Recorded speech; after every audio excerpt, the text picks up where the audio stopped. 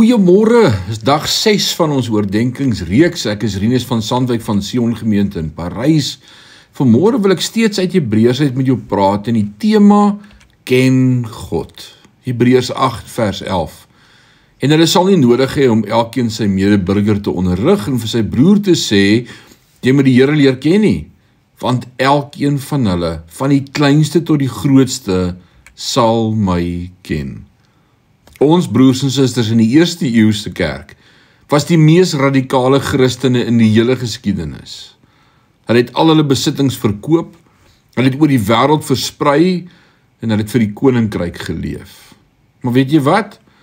Hulle het nie so by mekaar gekom en Hebreërs bestudeer nie, want Hebreërs was nog nie geskryf nie. Hulle het nie die teologiese implikasies van Romeine bestudeer nie, want Romeine was nie geskryf nie. Hulle het nie die leringe van Jesus soos opgeteken in Johannes die Evangelie noukeurig ondersoek nie, want Johannes die Evangelie was nie geskryf nie. Hulle het nie die geskrewe Nuwe Testament gehad nie, maar hulle het die werklikheid van die nuwe verbond verstaan. Hulle het gehoorsaam wat die Here in hulle harte geskryf het. En hulle het die wêreld onderste bo gekeer. Gaan lees Handelinge 17 vers 6. Toe die Nuwe Testament geskryf is, deur die kerk begin sirkuleer het, was dit 'n bevestiging van wat hulle reeds gedoen het. Want dit was dieselfde Here wat sy wil vir hulle op hulle harte geskryf het. Vandag, ongelukkig, verstaan baie nie die nuwe verbond nie. Ons drie eenheid is God die Vader, God die Seun en God die Heilige Bybel. Ons het kontak verloor met hoe die Heilige Gees oomblik vir oomblik met ons praat, want ons het sy stem met die geskrewe woord vervang. Baie kerke en organisasies bestudeer die Bybel en is reg in hulle teologie, maar hulle is dood, want hulle sin is kennis ter wille van kennis. Die Nuwe Testament was nooit bedoel as 'n esoteriese, intellektuele, teologiese reis vir mense wat daarvan hou om notaboeke te vul, vrae te beantwoord en in werkboeke te werk nie.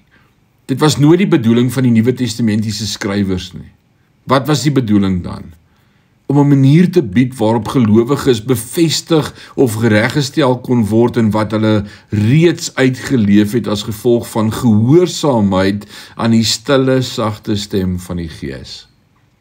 Die persoon wat werklik deur die Heilige Gees gebruik word, is iemand wat eenvoudig sê, U gaan my oomblik vir oomblik vertel wat ek moet doen.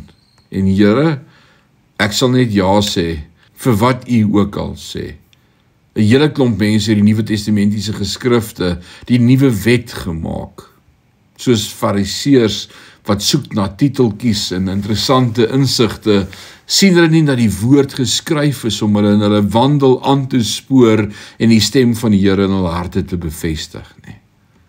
Mag ek en jy in hierdie dag opnuut ons ore oopmaak vir die stem van die Heilige Gees en gelei word deur God se Gees. Môre kuier ons verder. Amen.